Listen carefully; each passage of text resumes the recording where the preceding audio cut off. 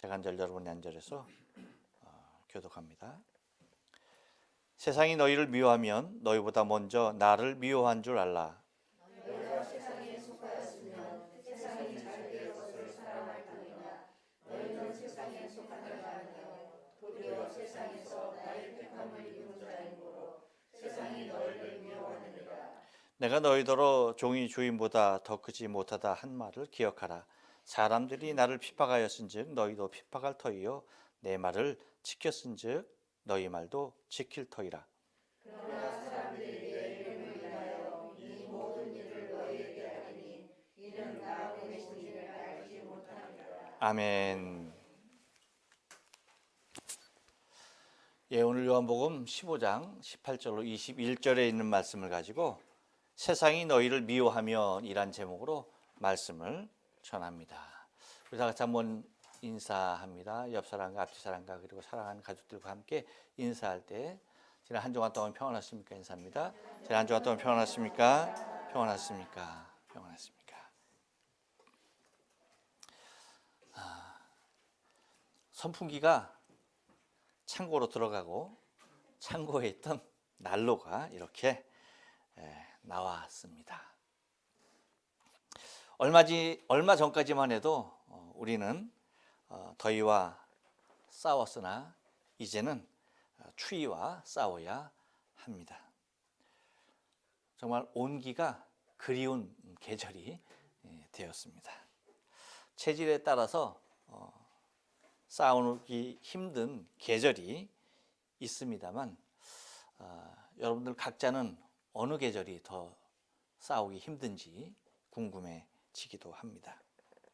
우리가 생활하기 좋은 봄과 가을은 아주 짧게 지나가고야 맙니다. 반면에 우리에게 힘든 계절은 아주 길게 느껴지게 됩니다. 여러분 혹시 옛날에 텔레비전에서 선전하는 것 중에 호빵 선전하는 거 여러분 혹시 기억이 나십니까? 아, 그래요? 네. 저도 이 호빵에 대한 추억이 많이 있습니다. 아름다운 추억이 있습니다. 뭐냐면 자고 아침에 일어나면 머리맡에 호빵이 있는 거예요. 그게 뭐냐면 저희가 이제 일찍 자면 이제 아버지가 늦게 들어오실 때 호빵을 한 비닐봉지에 아마 한 5개 정도 들었던 것 같은데 호빵을 사가지고 오시는 거예요. 그러면 아침에 일어나서 그 호빵을 먹는 것이 얼마나 큰 행복이었는지 모릅니다. 그 빵을 이제 또 데우려면 이제 그 밥하는 밥솥에다 이렇게 넣어서 따뜻하게 해서 먹었던 기억이 납니다만 여러분 그 선전하는 그 모습을 보면은 뭐냐면 어떤 여러분 기억이 아마 잘 나실 건데 저도 기억이 나요. 한겨울에 눈보라치는 그 창밖의 상황과 집안에서 식구들이 파치든 따뜻한 호빵을 이렇게 딱 자르면 그 호빵에서 뭐예요? 김이 김이 모락모락 나는 그런 상황을 이렇게 대비하면서 그리고 있습니다. 그래서 추운 날씨에 다들 그 호빵을 먹고 싶은 그러한 충동을 유발해내는 그러한 선전이었습니다. 어떻게 기억이 나시나요? 예, 그렇군요. 그 모습 속에서 우리가 좀 이렇게 관찰할 수 있는 것은 뭐냐면 여러분 우리가 그 혹독한 계절이 우리에게 오고 있는 것이 아니라 뭐예요? 이미 와 있는 상황이라는 사실입니다. 우리는 이미 세상으로부터 견디기 힘든 미움과 핍박에 눈보라치는 상황 가운데 우리의 삶이 놓여 있다라는 사실을 우리는 기억을 해야만 합니다. 물론 앞으로의 우리가 살아갈 세상은 더 많은 핍박이 우리에게 예상이 됩니다. 하지만 지금이라고 평온한 세상은 절대 아닙니다. 왜냐하면 진리는 언제 어디에서나 어느 시대 어느 세대를 막론하고 핍박을 받아왔기 때문입니다. 우리는 지난 2주 동안 내 안에 거하라는 말씀과 나의 사랑 안에 거하라는 말씀을 통해서 포도나무 관계와 사랑에 대하여 구체적으로 언급을 해드렸습니다. 주님 안에서의 아름다운 세계의 모습에 도취된 상황에서 주님은 주님과의 관계없는 곧 주님 밖의 세상에 대하여서 오늘 본문을 통하여서 제자들이 그 속에서 받아야 할 여러 가지 세상의 핍박과 미움들에 대하여서 주님은 오늘 본문을 통하여서 우리에게 말씀을 해 주시는 것입니다. 그러니까 뭡니까? 지난 2주 동안에는 뭐예요? 주님의 그 정말 내 안에 거하면서 그리고 내 사랑 안에 거하면서 서로 사랑하라고 하는 이런 아름다운 온화한 따뜻한 모습이었지만 뭐예요? 밖은 어떻다는 겁니까? 주님 안에서의 삶은 그렇지만 주님과 상관없는 밖의 모습은 어때요?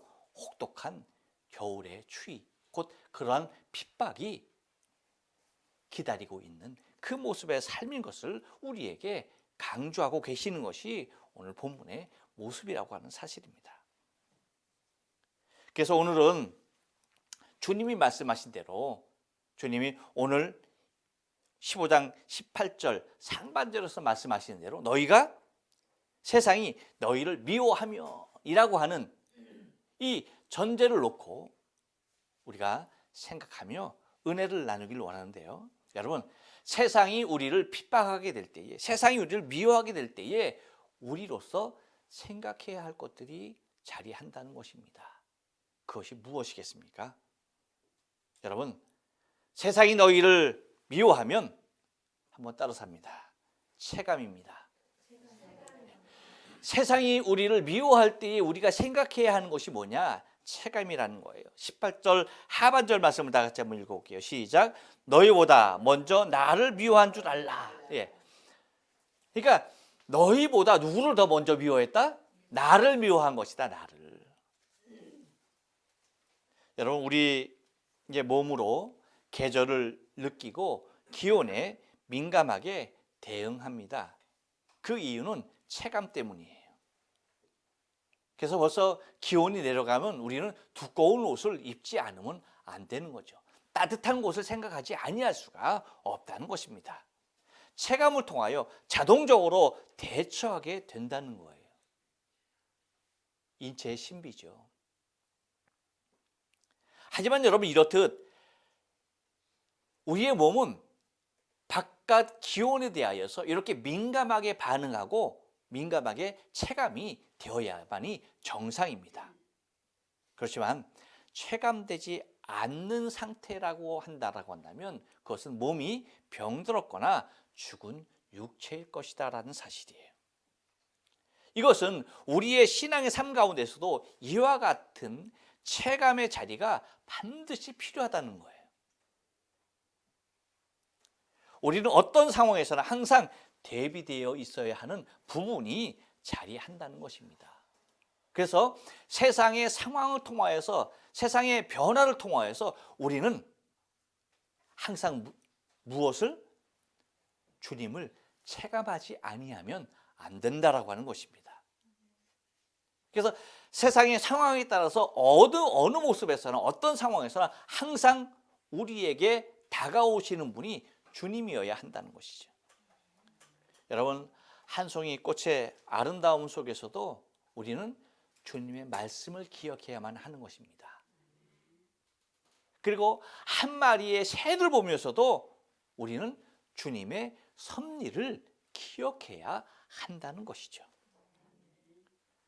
추위를 재촉하는 가을비를 통해서 또한 따뜻한 가을의 햇살을 통해서도 더 빨갛게 물들어가는 단풍잎 하나에서도 우리는 주님의 사랑과 주님의 뜻을 생각해야 한다는 것입니다.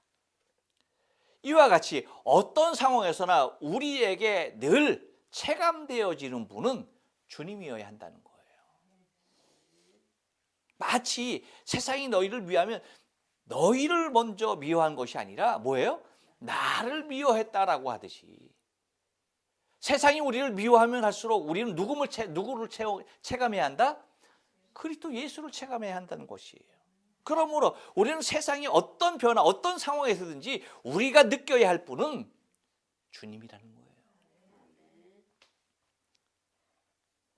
반면 여러분, 매우 힘든 일과 사건 속에서도 아름다운 상황에서뿐만 아니라 뭐예요? 힘든 일과 사건 속에서도 또 주님의 고통을 우리는 생각을 해야 한다는 것입니다. 현재와 같은 팬데믹에서도 우리는 주님의 능력을 생각해야 하듯이 말입니다. 모든 면에서 주님을 생각할 수 있는 상황으로 우리의 삶은 반드시 그렇게 움직여져야 한다는 것이에요. 그런데 우리가 세상이 어떻게 돌아가든 어떻게 변하든 나의 생각과 나의 삶의 체감이 주님이 아니라고 한다면 이것은 여러분 심각한 문제라는 사실이죠. 세상이 어떻게 바뀌고 어떠한 계절이 오고 어떠한 상황이 우리에게 불어닥친다 할지라도 그 상황 속에서 우리는 항상 누가 체감되어야 한다? 그렇죠. 예수 그리스도가 체감되어야 한다는 것입니다. 그 분명한 이유는 우리가 세상으로부터 받는 미움조차도 주님으로부터 시작되었다라고 말씀하시기 때문이에요. 여러분, 우리가 받는 세상으로부터 받는 미움조차도 나 때문이 아니라는 거예요. 누구 때문에? 주님 때문이라고 하는데 하물며 다른 그 어떤 것을 통해서 여러분 우리가 주님을 체감하지 아니하면 안 된다라고 하는 사실입니다. 세상이 당연히 우리를 미워하지만 그 시작의 대상은 주님이셨다라고 말씀하고 계세요.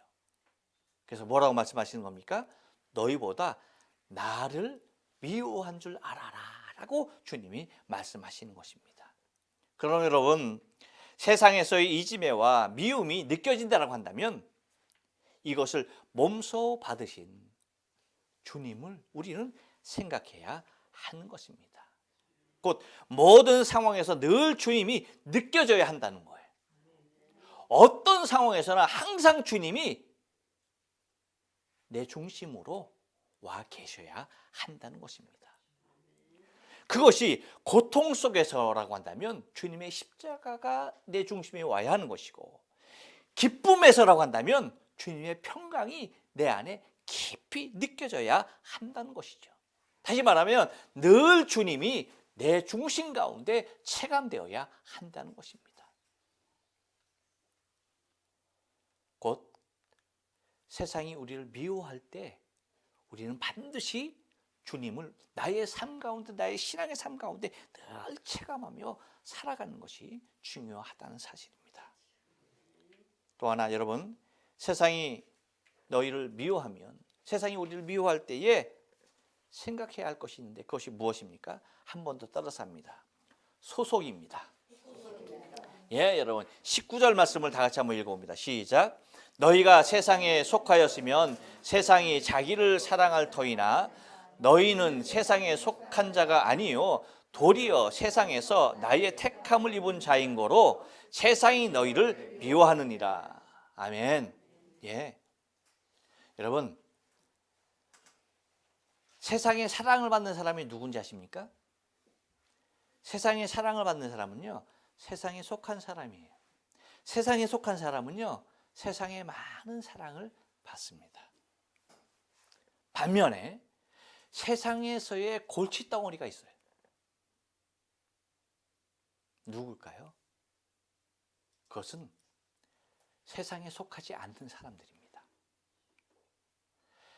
세상이 그토록 사랑하는 사람은 세상에 속한 사람이지만 세상이 그토록 골칫거리로 생각하는 사람은 세상에 속하지 아니한 사람이라는 것이에요.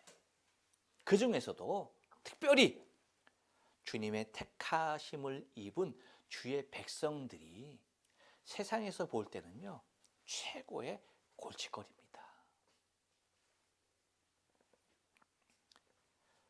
여러분, 이 세상에는 자유민주주의, 그리고 공산주의, 그리고 중립으로 그렇게 나뉘죠. 근데 여러분, 공산주의에서 가장 대적시하고 가장 근절해야 할 대상으로 여기는 것이 뭐예요? 종교입니다. 그 종교 중에서도 특별히 뭡니까? 기독교입니다. 왜? 자기 체제를 지탱하는 데 있어서 가장 적신호이기 때문이에요. 그러니까 여러분, 철저하게 세상에 속한 세상에서는요, 우리 기독교인을 가장 적대시하며 미워할 수밖에 없는 대상이라는 사실이에요. 세상은 철저하게 인본주의로 가게 돼 있어요. 세상은 어디로 간다고요? 인본주의로 갑니다. 철저하게 사람이 주인이 된 세상이 이 세상의 모습이에요. 따라서 사람의 뜻과 사람의 편의를 제1로 생각하는 것이 이 세상의 모습이에요.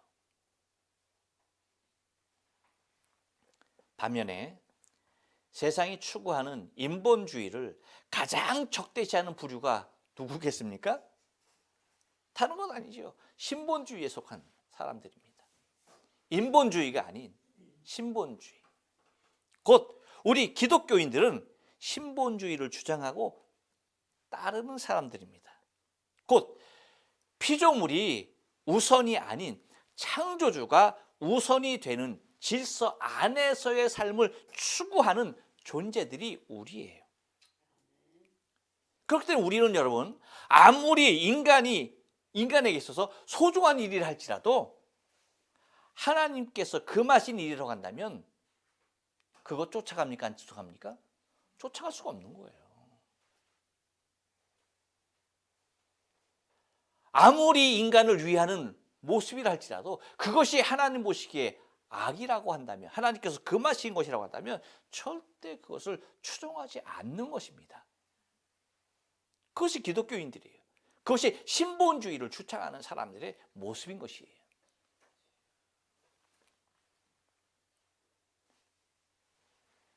그런데 여러분, 성경에서 말하고 있는 많은 부분의 것들이 이와 같이 세상의 인본주의에 대하여서 많은 부분에서 금하고 있다는 사실이에요. 그래서 세상이 가장 미워하는 대상이 우리 기독교인일 수밖에 없는 거예요. 주의 백성일 수밖에 없다는 것입니다. 특히 인간의 본성을 자극하는 쾌락을 위한 부분의 것들과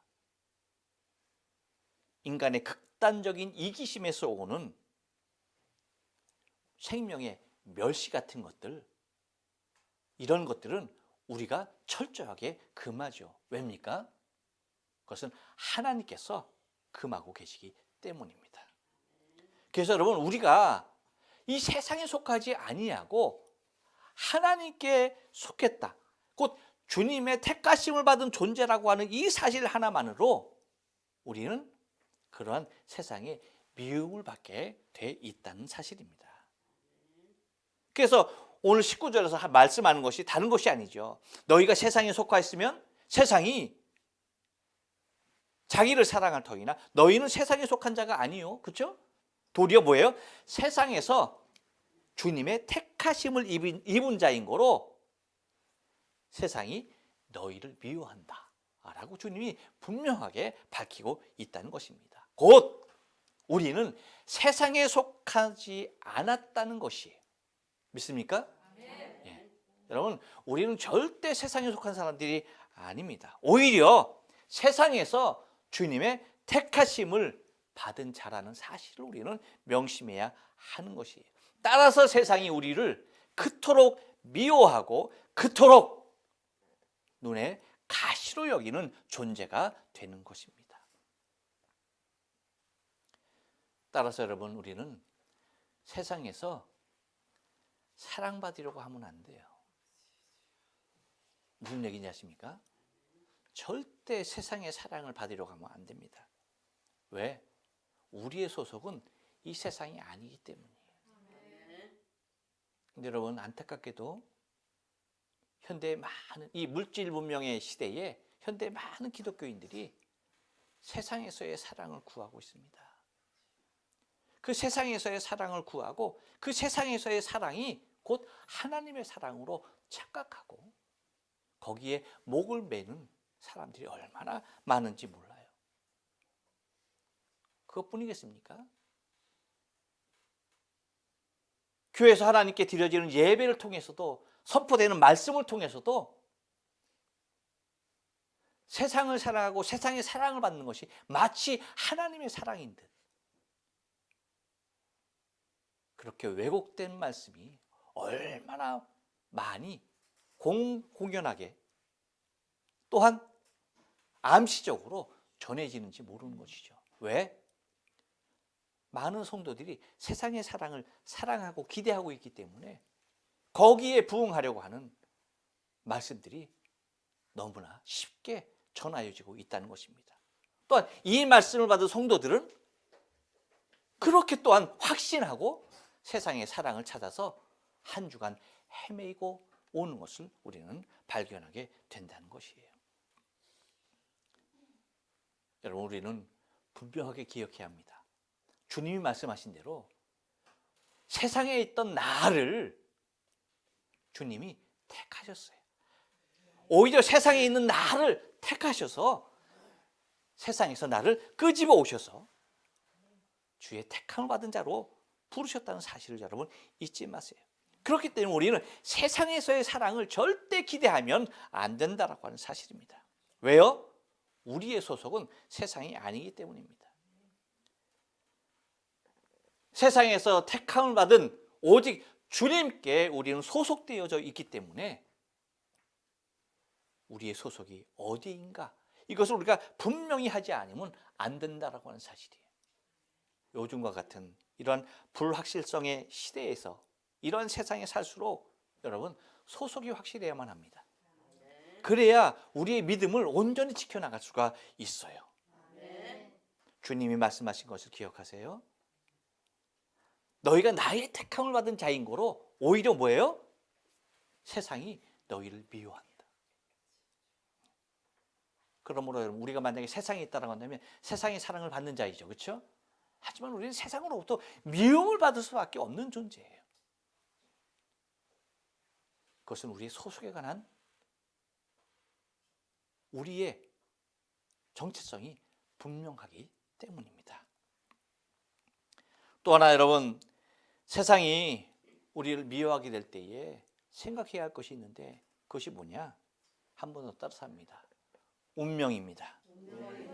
20절 말씀을 다 같이 한번 볼게요. 시작.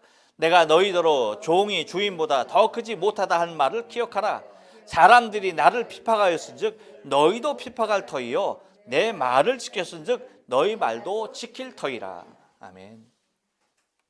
여러분, 이 말씀 속에서 우리가 기억해야 할 것은 나 때문이 아니라는 거예요. 나 때문이, 곧 나 때문이 아니라는 얘기는 무슨 얘기냐면 내가 주체가 아니라는 얘기예요. 우리 믿음의 사람들이 이걸 분명히 해야 돼. 나 때문이 아니에요. 나 때문이. 오로지 누구 때문입니까? 주님 때문이에요. 주님 때문이에요. 이 얘기는 무슨 얘기냐면 나 자신이 주인이지 않다는 얘기, 주인이 아니라는 얘기예요. 그러니까 다시 말하면 나는 반드시 나의 주인이 있다는 얘기입니다. 그러니까 여러분, 우리의 신앙은 무엇을 인정하냐면 나의 주인이 누구냐라는 사실을 어떻게 인정하느냐예요. 오로지 주인이 누구냐 하는 거예요. 나의 주인이 누구냐. 나의 주인이 세상이냐 아니면 나의 주인이 주님이냐, 이 문제인 것입니다. 곧 나의 주인이 과연 누구일까라고 하는 것입니다. 이거는 운명이에요. 운명. 곧 여러분 한번 생각해 보세요. 나의 주인이 누구냐에 따라서 종은요, 주인의 환경에 따라서 그대로 노출되는 것이 뭐예요? 종이에요. 무슨 얘기인지 아십니까? 종의 환경에 따라서 주인이 노출되는 것이 아니라 주인의 환경에 따라서 종은 그대로 노출될 수밖에 없다는 거예요. 그래서 주님이 말씀하신 것이 내가 너희들로 종이 주인보다 크지 못하고 한 말을 기억하라는 얘기예요. 그래서 무엇을 기억해야 합니까? 사람들이 나를 핍박하였을지 뭐예요? 너희도 핍박할 거라는 거예요. 그리고 내 말을 지켰은즉 너희 말도 지킬 거란 얘기예요. 누가 주인이고 누가 종이라는 사실에 대하여 분명히 말하죠. 여러분, 반려동물 키워보셨어요? 반려동물? 개나 고양이나 다른 기타 여러 가지 여러분 키워보셨습니까? 여기에서 우리가 한 가지 기억할 수 있는 것이 있죠. 반려동물은 주인에 의하여서 의식주가 뭐예요? 예, 바뀌는 거예요. 어떤 주인을 만났느냐에 따라서 날마다 고기를 먹는, 그렇죠? 날마다 고기를 먹는 강아지가 있을 수 있고요. 주인이 누구냐에 따라서 날마다 주워온 거 그거 먹는 동물들이 있다는 사실입니다. 곧 내 주인이 어떤 사람이냐에 따라서 동물의 환경, 그렇죠? 전혀 달라진다는 것입니다. 여러분 보세요. 그런데 감사하게도 우리의 주인은 사탄도 아니에요. 할렐루야. 아멘. 그렇다고 세상도 아니에요. 그렇죠? 그렇다고 물질도 아니에요. 그렇다고 인간도 아닌 바로 모든 생명의 주인 대신 우리의 구원자 대신 주님이시라는 것이, 여러분, 이것만큼 감사하고 이것만큼 운명적인 일이 어디 있을까요? 너무나 감사한 거죠. 반려동물은 어떠한 주인이 되었더라도 여러분 결코 주인에 대하여서 원망하는 일이 있습니까? 없습니까? 아니에요. 왜 나한테 맨날 주워서 맨날 당신 먹던 찌꺼기만 날 줍니까? 라는 강아지 봤어요? 아니죠. 그것으로도 기뻐하면서 그것으로도 나의 주인을 삼는 것이 반려동물입니다. 다시 말하면 아무리 가난한 주인이라 할지라도, 아무리 병약한 주인이라 할지라도, 반면에 아무리 부자고이고 아무리 강하다 할지라도 반려동물은 주인에 대하여서 이렇다 저렇다 하지도 않고요. 그죠? 주인에 따라서 주인만을 바라보고 주인만을 쫓는 것이 반려동물이듯이, 여러분, 자신의 운명이 주인에게 있는 것을 알고 있다라고 하는 사실입니다. 우리 또한 우리가 바라봐야 할 것이 오직 우리의 주인만을 바라봐야 한다는 거예요. 여러분, 나의 주인이 핍박을 받았어. 그러면 종은 존대를 받을까요? 아니죠. 그렇지 않습니다. 아니, 주인이 핍박받는데 호강하는 종 봤어요? 없습니다.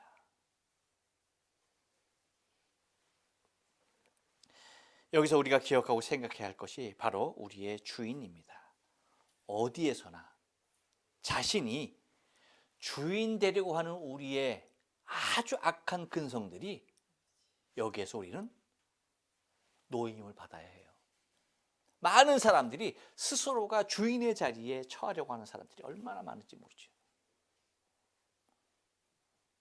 우리가 흔히 기고만장한 반려동물을 보고 저게 사람인 줄 알아, 그렇게 많이 얘기하죠. 짐승들만 그런 게 아니더라고. 인간들도 자기가 마치 주인 행세 마냥, 자기가 마치 주님과도 같은 모습으로 행사하려는 인생들이 많다는 사실을 기억해야 합니다. 여러분, 우리는 나의 주인이 오직 누구라는 사실입니까? 주님이시고, 주님이 주인 되셨다라고 하는 사실이 나의 운명이라는 사실을, 우리는 그 사실 자체가 너무나도 기쁘고 행복하고 감사한 일이 아닐 수가 없다는 것입니다. 그럼 여러분, 세상이 우리를 미워하면 이것은 주인의 운명을 따를 수밖에 없는, 나는 정말 주님의 종된 사람이구나 하는 사실을 통하여서 위로받으시고 기뻐해야만 한다는 사실입니다. 또 하나, 세상이 우리를 미워하게 될 때에 생각할 것이 뭐냐면 한 번 더 따라서 합니다. 핍박입니다. 혀입니다. 21절 상반절입니다. 다 같이 한번 읽어볼게요. 시작. 그러나 사람들이 내 이름을 인하여 이 모든 일을 너희에게 하리니. 사람들이 내 이름으로 인하여 이 모든 일을 너희에게 할 것이다. 뭐예요, 여러분? 좋게 대우해 준다는 말이에요? 아니죠. 미워하고 너희를 해하고 핍박하고 하는 이러한 일들을 내 이름으로 인하여서 너희가 그것을 받을 수밖에 없다는 거예요. 세상은 그렇게 너희를 대할 수밖에 없다는 것입니다. 우리가 기억해야 할 것은 주님이 가신 길은요, 부활의 영광의 길 이전에 갈보리 죽음의 길을 가셨다는 사실을 우리는 기억해야 돼요. 가시밭길을 가신 주님이셨습니다. 곧 핍박의 길을 가신 분이 주님이셨습니다. 우리가 가야 할 길도 주의 이름으로 인한 가시밭의 핍박의 가시밭길인 것입니다. 영광은 가시밭의 핍박을 통하여서 죽음 이후에 우리에게 천국에서 주어지는 거예요. 믿습니까? 많은 사람들이 이 땅에서의 것을, 그 영광을 기대해요. 여러분, 우리가 기대하는 영광은 이 세상에서의 영광이 아니에요. 어디에서의 영광이에요? 그렇죠. 하나님의 나라에서의 영광이에요. 주님이 그것을 기대하시고 십자가의 길을 가셨듯이 우리가 가는 이 가시밭길은 우리가 받을 영광의 길로 우리를 인도할 터인데 이 세상에서가 아니라니까요. 어디에서입니까? 천국에서입니다. 하나님의 나라에서예요. 주님께서 부활하셔서 하나님 우편에 앉아 계시는 그 영광, 우리 또한 마지막으로 취해야 할 영광은 이 세상의 것이 아닌, 이 세상에서가 아닌 하나님의 나라에서라는 사실을 우리는 기억을 해야 합니다. 우리가 바라는 것은 결코 이 땅에서의 보상이 아니에요. 오히려 온전한 신앙의 길은 핍박의 길이라는 사실을 우리는 기억해야만 합니다. 여러분에게 한번 진지하게 묻고 싶어요. 뭐냐면 나에게는 핍박이 있습니까? 없습니까? 나 자신에게는 핍박이 있는가 없는가? 만약에 나에게 핍박이 없다고 한다면 그것은 나의 신앙생활의 온전함을 다시 한번 냉철하게 점검해야만 한다는 거예요. 왜냐하면 우리의 신앙의 길은요, 핍박의 길이기 때문이에요. 고난의 길이기 때문이에요. 주님이 가신 길은 결코 쉬운 길이 아니셨어요. 골고다의 험한 길이었다는 사실을 우리는 잊지 말아야 해요. 근데 여러분, 우리가 만약에 그러한 어려움이 없든 핍박이 없는 길이라고 한다면 나는 온전한 신앙의 길을 걷고 있는가에 대한 다시 한번 나 자신 스스로의 질문이 필요하다는 것입니다. 왜냐하면 온전한 신앙은요, 반드시 핍박을 동반할 수밖에 없는 구조적인 모습으로 짜여져 있기 때문입니다.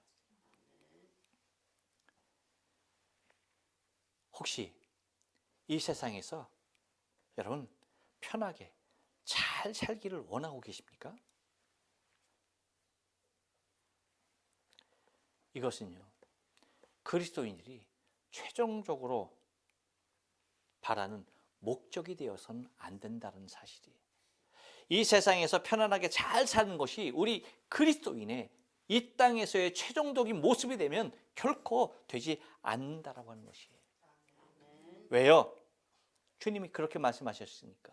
그러나 사람들이 내 이름으로 인하여 이 모든 일을 너희에게 하리니. 이라고 주님이 이렇게 말씀하신 것을 우리가 기억한다고 한다면 2000년 전 주님에게 가했던 이 모든 일들이 주님의 이름으로 현재를 살아가고 있는 우리의 삶에 그대로 재현된다는 사실이에요. 그렇죠? 그럴 수밖에 없는 거예요.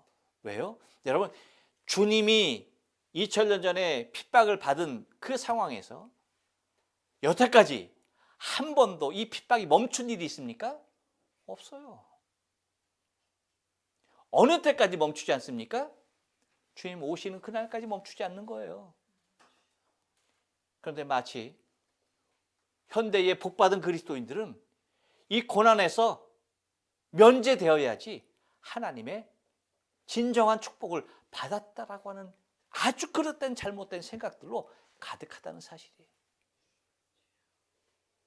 하지만 참된 그리스도인들은 지금도 그 복음으로 인하여서 핍박받는 것이 당연하다는 사실을 우리는 기억해야 합니다. 왜요? 마찬가지예요. 과거에도 주 예수 그리스도 이름을 전하는 그 자체로 우리는 미움을 받아야 했어요.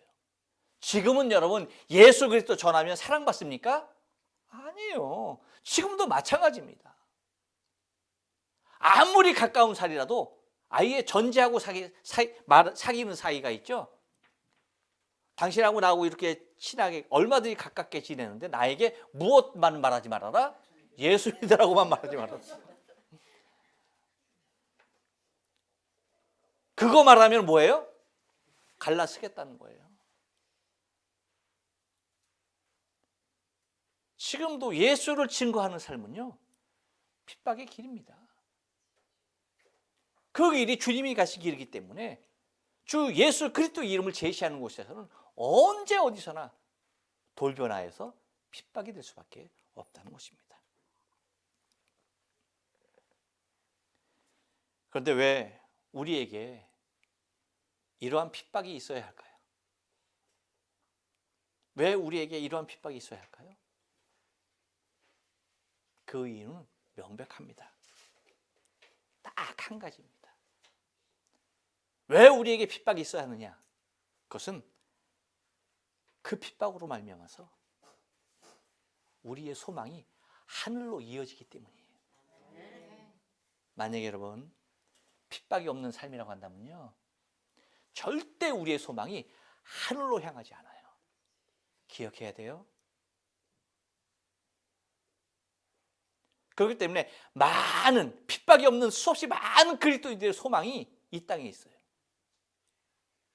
좀 더 편안하고, 좀 더 부자 되고, 좀 더 잘 살고, 좀 더 넓은 집에서, 좀 더 좋은 차 타고, 좀 더 맛있는 음식 먹고, 좀 더 좋은 옷 입고, 좀 더 그럴싸한 곳에서 좀 더 행복하길 원하는, 그것으로 가득해요.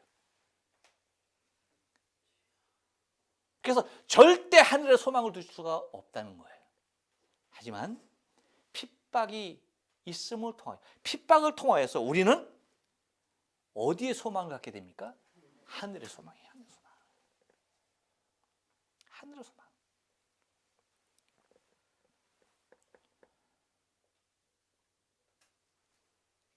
이 세상에 속한 우리의 삶이 아닌 하나님께 속한 하늘의 사람으로서의 삶을 잃지 않게 하기 위해서 우리에게 핍박은 계속되는 거예요.